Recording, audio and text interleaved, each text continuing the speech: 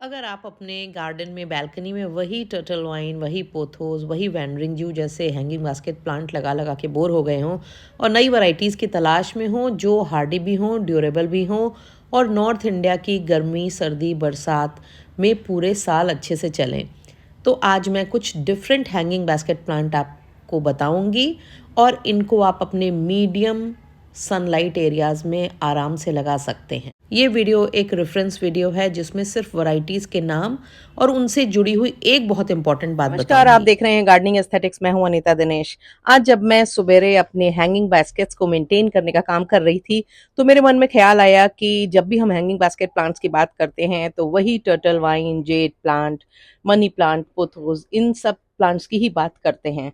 तो मैंने कहा आज क्यों ना मैं आपको उन प्लांट वैरायटीज से आपका तारुफ कराऊं जो थोड़ी डिफरेंट हैं और हैंगिंग बास्केट्स में हमारे यहाँ हर सीजन में अच्छे से चलती हैं।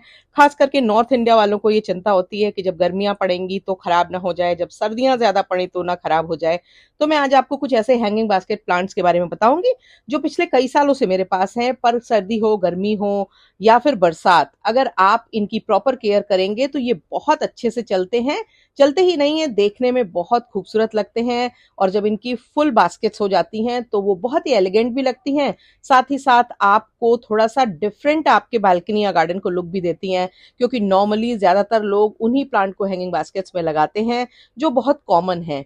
तो ये कुछ 15 ऐसे प्लांट हैं जो अनकॉमन है, जो मैंने बास्केट में काफी समय से लगा रखे हैं, जिनको मैं लगातार प्रोपगेट भी कर रही हूँ। इसलिए एक ट्राइड एंड टेस्टेड प्लांट हैं और आप इनमें आराम से पैसा डाल सकते हैं। तो आपको जो चीज मैंने कई सालों में एक्सपीरियंस करके गेन की, वो मैं आपको आज एक वीडियो में बता दूंगी कि किस तरह से कौन सी ऐसी गलतियां हैं जिसको ना करके आप इनको अपने कलेक्शन का परमानेंट मेंबर बना सकते हैं। तो चलिए देर नहीं करते हैं, जल्दी से वीडियो को शुरू करते हैं। पहला है स्टार बेगोनिया। हैंगिंग बास्केट में ये प्लांट इतना खूबसूरत लगता है, एकदम फुल बास्केट बना देता है। सर्दियों में पत्तियां कुछ ऐसी थीं, अब गर्मियों में ब्लैक कलर प्रोमिनेंट हो गया है और काफ़ी ज़्यादा खूबसूरत लग रहा है। करना बस इतना है कि मिट्टी मॉइस्चर रिटेन करने वाली हो, पर ओवर वाटरिंग नहीं होनी है। दूसरी बात यह कि लाइट कम से कम 3-4 घंटे की चाहिए इसको मेंटेन रखने के लिए, पानी ज़्यादा नहीं। दूसरा है चॉकलेट सिंगोनियम, पीछे से मरून और आगे से डार्क ग्रीन कलर की इसकी पत्तियां बहुत खूबसूरत लगती हैं। इस प्लांट के संग भी मिट्टी मॉइस्चर रिटेन करने वाली होनी चाहिए, पर ओवर वाटरिंग से बचना है। इतना बचना है कि जब मिट्टी कम से कम 3-4 इंच सूख जाए तब पानी डालिए।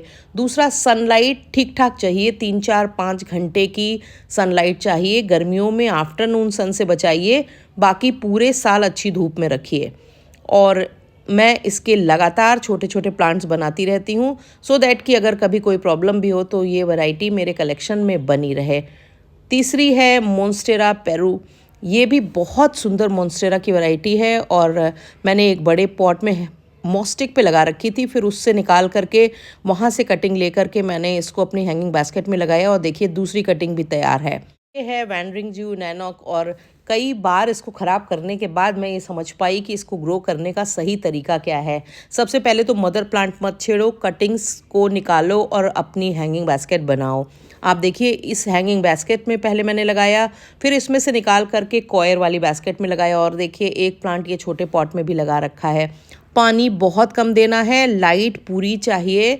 नॉर्थ डायरेक्शन में मैंने रख रखा है जहाँ पर दिन भर लाइट रहती है, सीधी धूप नहीं पर फुल लाइट। ये है बेगोनिया फ्लेमेंको और ये भी बहुत खूबसूरत बेगोनिया की वैरायटी है, हैंगिंग बास्केट में बहुत अच्छी लगती है। ट्रेल्स इसमें से निकलती हैं जो नीचे की तरफ आती हैं। इसके लिए भी वही करना है, आपको पानी रेगुलेटेड डालना है, बहुत नहीं, पर इसको आप किसी ऐसी जगह रखिए जहाँ पर इसको ठंड तो मिलती रहे और ह्यूमिडिटी भी मिलती रहे, पर ओवर वाटरिंग बिल्कुल नहीं करनी है। अगला हैंगिंग बास्केट प्लांट है सिंडेप्सिस एक्सोटिका। आजकल बहुत सारे लोग लगाते हैं, पर ज़्यादातर लोगों को शिकायत होती है कि समझ में ही नहीं आता है, कभी पत्तियां ऐंठने लगती हैं, कभी एकदम से पीली पड़ने लगती हैं। इस प्लांट को भी बहुत कम पानी चाहिए और धूप ठीक ठाक चाहिए। मैंने इसको साउथ फेसिंग बैल्कनी में लगा रखा है जो कि कवर्ड है और बहुत सारे आगे प्लांट तो लगे हैं, पर इसको धूप या रोशनी दिन भर मिलती है, वहाँ ये अच्छे से रहता है। और पानी बहुत रेगुलेटेड होना चाहिए, मिट्टी में नमी बनी रहे, इसके लिए मैंने इसके ऊपर एक मॉस की पतली लेयर लगा रखी है। ज़ेनेडू की ये डॉर्फ वैरायटी गोल्डन ज़ेनेडू भी बहुत अच्छी है हैंगिंग बास्केट्स में लगाने के लिए। और आप इसको लगा करके हैंगिंग बास्केट में देखिएगा, इतनी फुलर बास्केट होती हैं और बहुत ज़्यादा एग्जॉटिक फील ऐड करता है ये आपकी बालकनी में आपकी बास्केट्स को। तो इस प्लांट को भी धूप थोड़ी ज़्यादा चाहिए ग्रीन वैरायटी के मुकाबले। पानी इसको काफ़ी कम चाहिए होता है।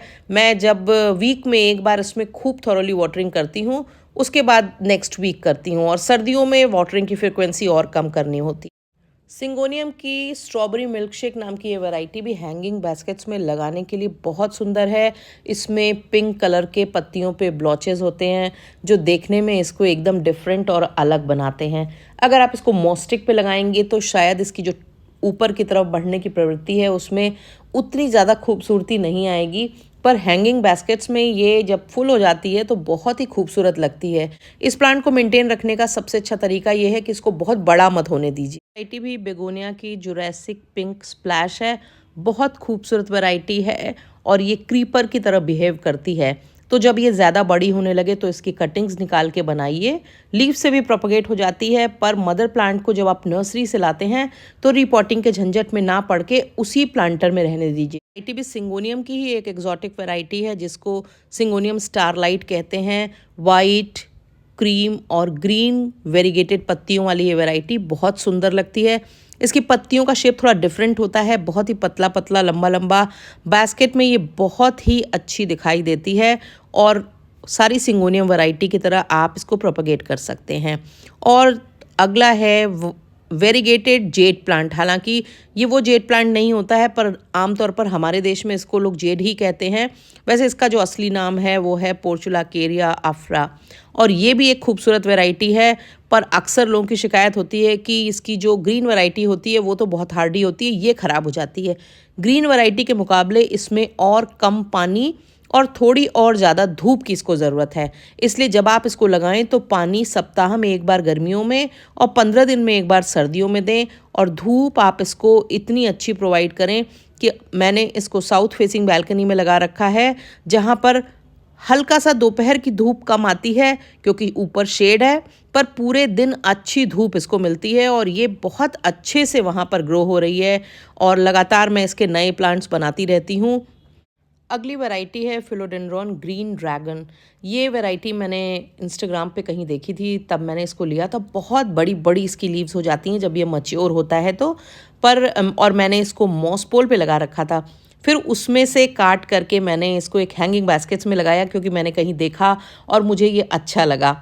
ये भी एक अच्छा प्लांट है, हार्डी है, ज़ीरो मेंटेनेंस प्लांट है, और इसको मैंने नॉर्थ फेसिंग एरिया में रख रखा है जहाँ मेरे सारे फिलोडेंड्रॉन्स हैं। अगला प्लांट है यूफोर्बिया सिलिंड्रिफोलिया।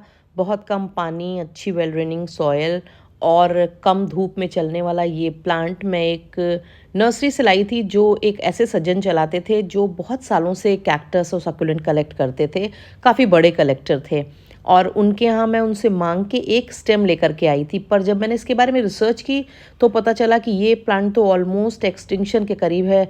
तब से मैं इसको कुछ ज़्यादा ही सहेज के रखती हूँ, और अगर आप में से भी किसी के पास हो तो इसको काफ़ी सहेज के रखिए। अगली वैरायटी है कैलेनकोई की, लैसिनियाटा कहते हैं इसको। इसमें पीले रंग के बहुत खूबसूरत फूल विंटर में होते हैं। इतनी हार्डी वैरायटी है कि मैं एक बार एक छोटा सा 3 इंच का पॉट नर्सरी से लेके आई थी, और आज ये कम से कम 12-13 बड़े प्लांटर्स में मेरे पास ये वैरायटी लगी हुई है। पत्तियों की शेप की वजह से इसको क्रिसमस कैलेनकोई भी कहा जाता है। और जिस तरह हम तमाम जेड की, पोर्चुलाकेरिया की तरह तरह के क्रिएटिव ढंग से चीज़ें बनाते हैं, उसी तरह से तमाम क्रिएटिव आइडियाज़ में आप इस कैलेनकोई की वैरायटी को भी यूज़ कर सकते हैं। और बहुत ही रफ टफ हार्डी वैरायटी है, पर जब फूल होते हैं तो उस पर इतने ज़्यादा पॉलिनेटर्स आते हैं। अगली वैरायटी है लास्ट में फिलोडेंड्रॉन ब्राज़िल। ये मुझे बहुत पसंद है, और ख़ास करके अगर आपके पास हो और इस तरह की खूबसूरत वेरीगेटेड पत्तियां नहीं आ रही हों तो आप ये करिए कि इसका सन एक्सपोज़र बढ़ा दीजिए, क्योंकि जितना ज़्यादा इसको सन मिलेगा उतनी इसकी खूबसूरत वेरीगेटेड पत्तियां होंगी। और इसकी भी वेल ड्रेनिंग सॉयल, पानी आप तब डालिए जब ज़रूरत हो, कम से कम 2 इंच की मिट्टी सूख जाए। पर मैंने इसके ऊपर भी एक लेयर मॉस की लगा रखी है। बस हमको इसको गर्मियों में दोपहर में जो तेज धूप होती है उससे बचाना है, अदरवाइज इसको पूरे समय धूप में रखना है। इस प्लांट की कटिंग्स को ग्रो करने का सबसे अच्छा तरीका है कि आप उसको लेका बॉल्स में लगाएं और उसमें इसकी कटिंग्स बहुत अच्छे से ग्रो होती हैं। मैं तो इंडोर के लिए अरेंजमेंट बना लेती हूँ लेका में, फिर जब रूट्स आ जाती हैं तो उनको पॉट में लगा करके दूसरा अरेंजमेंट तैयार कर लेती हूँ। अगर अभी तक आपने मेरे चैनल को सब्सक्राइब नहीं किया है तो मेरी गुजारिश है कि मेरे चैनल को सब्सक्राइब करिए, बेल आइकन ज़रूर दबा दीजिएगा ताकि गार्डनिंग से जुड़े हुए मैं जो भी अपडेट करूं वो आप तक पहुंचे। मेरे वीडियोस अगर पसंद आया करें तो उनमें लाइक कमेंट करना बिल्कुल भी मत भूला करें और साथ ही साथ अपने गार्डनिंग लविंग फ्रेंड्स के संग उनके लिंक भी शेयर कर सकते हैं ताकि जब हम ज़्यादा से ज़्यादा लोग साथ में जुड़ेंगे तो हमारी एक कम्युनिटी फॉर्म होगी। Thank you very much.